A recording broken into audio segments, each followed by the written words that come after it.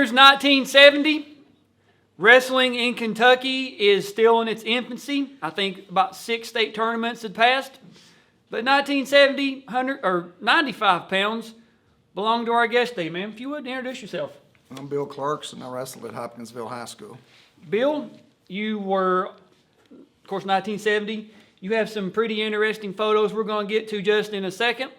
But kind of walk us through, how was wrestling like popular here?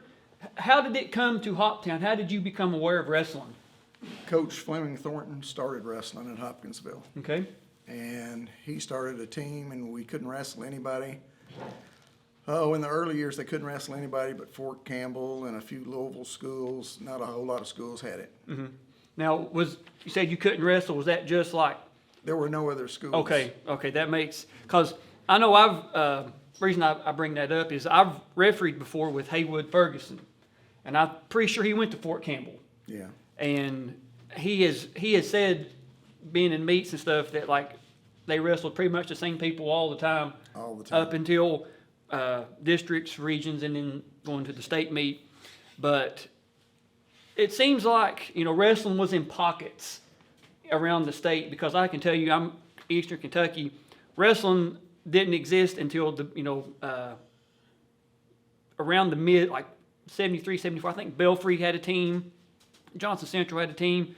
I think Ashland had a team. But as far as you had your Louisville area, Northern Kentucky, your Woodford County, you had a few Lexington schools, and then down this western part of the state, you had like you guys, like I said, Fort Campbell, a couple other teams. Caldwell, Paducah got into it too. Okay, and so there couldn't have been, more than 30 teams probably in the whole state. I don't know that, but it's just a guess of what.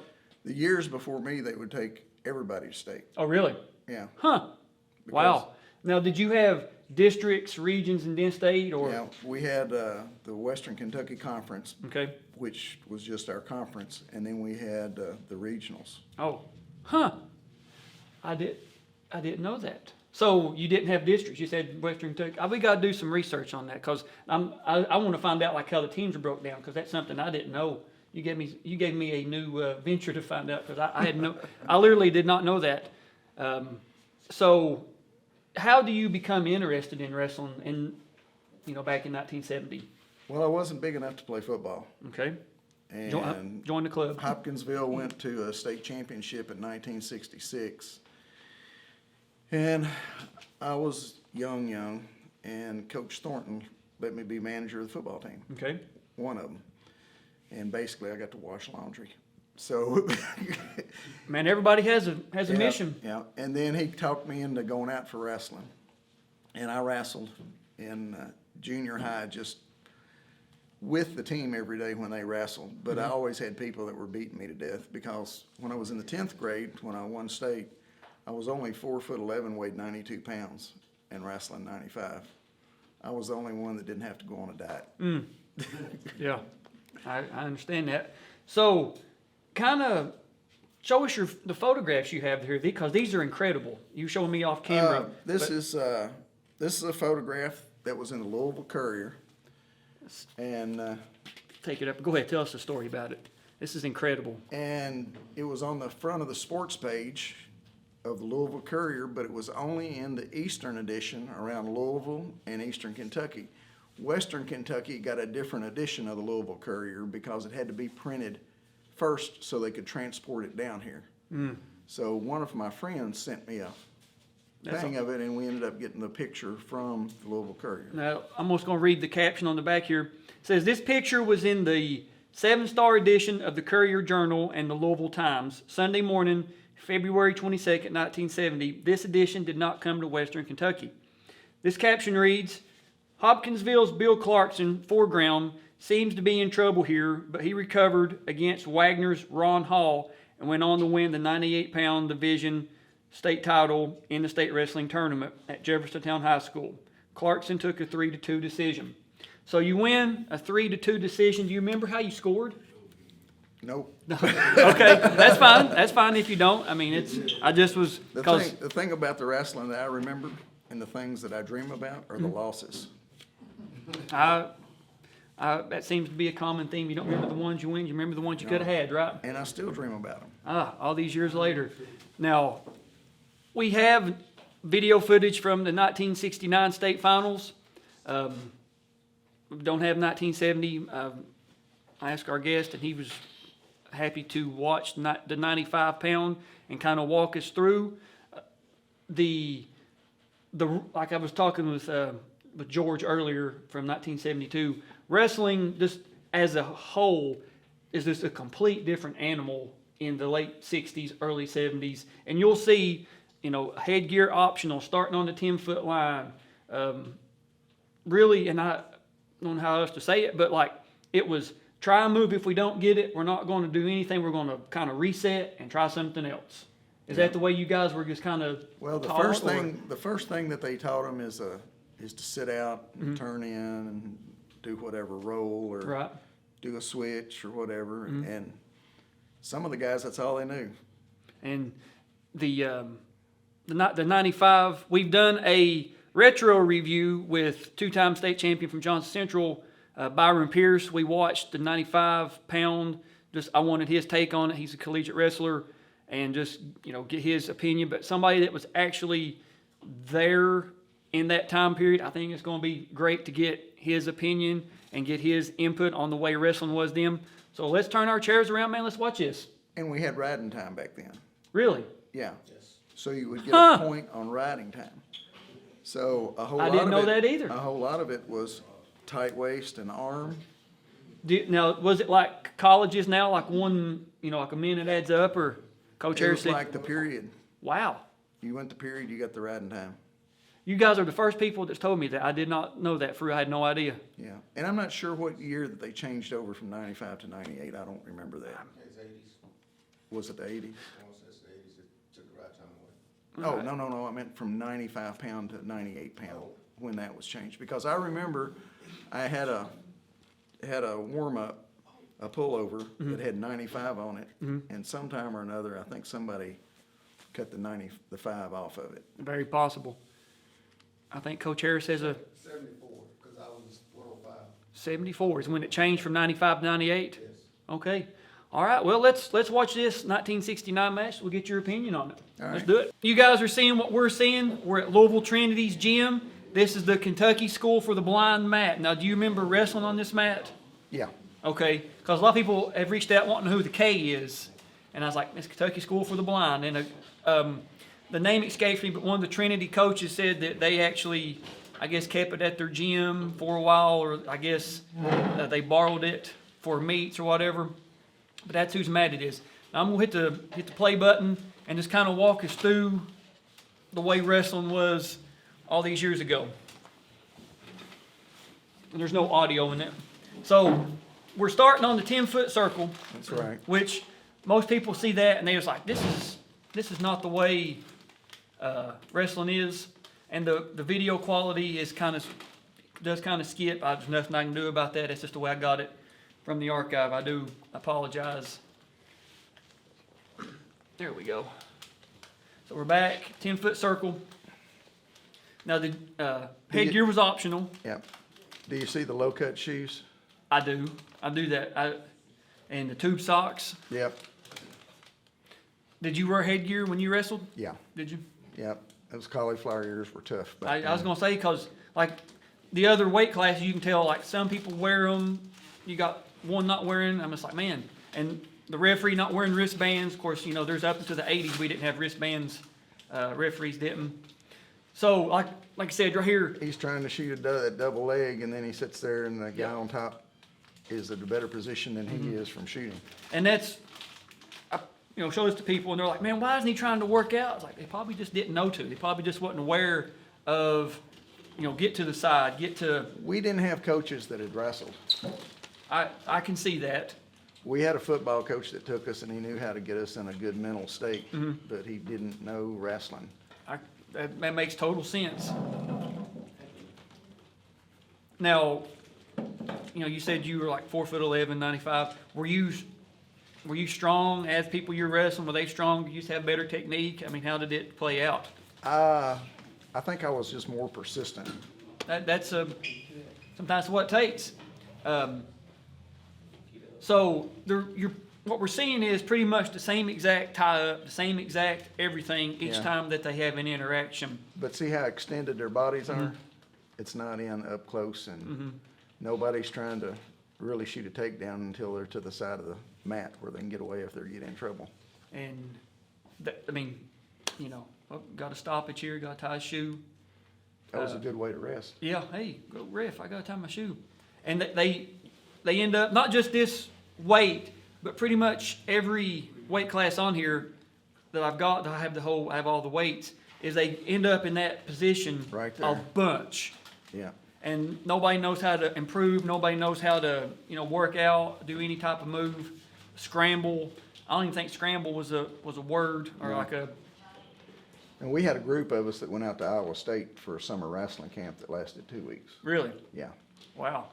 And we learned some stuff and Mhm. helped show the coaches some stuff. Now, the full length singlet, was that like, No, it wasn't a full-length singlet. The top was a singlet, but it had buttons where it came through your crotch and buttoned up, and then that's why you had the little over tights okay. Now, to hide the button up. were the leggings, were they like singlet material? Were they heavy, like hot, or? No, they were little nylon material. Okay, because that's, it's, nobody really has ever said. So he steps over, he's trying for, it looks like a switch, Yeah, that's the move. That's it. He's done. and One more time. one more time, this is Jeffersontown and Newport Catholic, the names, actually I've got them in my bag. Excuse me just a second and I'll tell you who they are.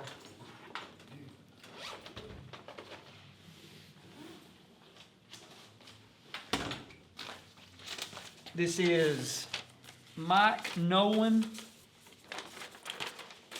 Mike Nolan is in the yellow and black singlet from Newport Catholic. Yeah. And Randy Lawson from Jeffersontown. Did you wrestle either of those guys? No, not that year. I mean, wrestled just, the next year. I mean, I don't remember. okay, But I remember that we went to that state tournament. okay, I mean, I went, and and most of the team went. trying to get out, go off the, They would call that a T-ride. and that one thing on the referee end, it takes, the refs take a whole lot longer to set Sit then than what we do now. Steps over. One thing too I've noticed is they don't count near fall points. Was that something that just wasn't a thing back then, They or? counted near fall points, but you had to really get there to Okay. get them. Because of all the 13, 14 weight classes, whatever's on here, of all the matches, you don't see any of the referees count near fall. So I just didn't know if it was a thing. I don't think or- the referees counted near fall like that back then. They were to themselves. Okay, then- that makes sense. It And does. then later, the coaches were complaining so much that they changed it. That makes total sense. That's a total, I mean, I get it. There would be an argument over whether it was a 3-point or a 2-point near Mhm. fall. And There'd be a coach come out of his chair. like, also, you don't see like stoppaging for like potentially dangerous. You don't see stopping for illegal holds, unnecessary roughness, any technical violations. Or if they stop it, they don't signal anything like we have today. Yeah, they They may be saying it out loud. See, he's watching the arm to make Mm-hmm. sure it doesn't go up so far. They had a rule about that back then.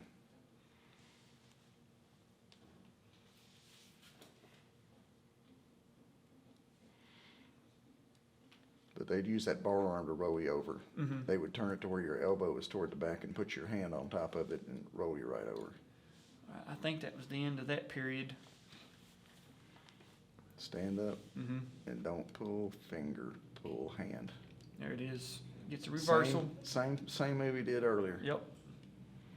So if you, the riding time is just, I'm just amazed by that because I did not know that. Yeah. And he is, You would get 1 point. and we mentioned it in Byron Pierce's review of this when we done it. Up until the end part of the match, the guy on top does not try any type of pinning combination. He doesn't try half. He doesn't try anything. He just, I guess, trying to get that minute or what, or that riding time. But you would think that you know, if you could, you try to pin somebody with, you know, and say, screw the riding time, let's get the fall and let's get out of here. Yeah. Sometimes it wasn't aggressive wrestling. Sometimes it was to make it through the whole match and not get yourself hurt. Yeah, no, and he steps over. It's like he's trying for some type of a Turk. Now, they did use Turk, and they used what they called a guillotine if they could get it in. Same guillotine like we have today. Yeah. The Yeah, pretty much. And you would have people that would come from out of state that you'd wrestle that would use those moves. So you go out of bounds. All right, he gives him a neutral, or 1 point escape for neutral. And I don't know how many times have we seen that exact position in this match already. Already going. Yep. Now, this is for the Hoptown crowd. What color was your all like singlets? Were they black with orange, or how do you remember? They had black leggings, orange pants, and black tops. Really? Yeah. Or black with the orange down the side. Yeah, had stripe down the side, some of them. And there it is. That's Newport wins. That's the final. So it's cool to get somebody that was there that wrestled during that time period, get their take on it. Thank you for doing this. I greatly appreciate it. Thank you for stopping by today and doing the review. Any closing thoughts about your wrestling career or just Hoptown wrestling in general? Well, I think Hoptown had a good attitude toward wrestling, and the community supported it. And that's the reason Coach Placer was brought in, because he was the first coach they had that actually had wrestling experience himself. And you can see the level that Coach Placer took the teams to. Yeah. Yeah, I know this is my first time actually being in the city of Hopkinsville. I've been in Christian County just passing through. But like, you know, you see, you know, Christian County 20s, whatever year they won, 2013, I believe, 2016, whatever year it was, state basketball. You see like track state champion plaques up and stuff around the city, home of, you know, whatever. And it's cool that the community, the county embrace just how good the athletic programs are for all the sports. So that's all we've got.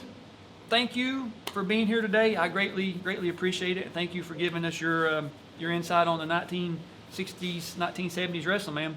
Really appreciate it. Guys, continue to follow the playlist down. We got a lot more coming at you. We'll see you there.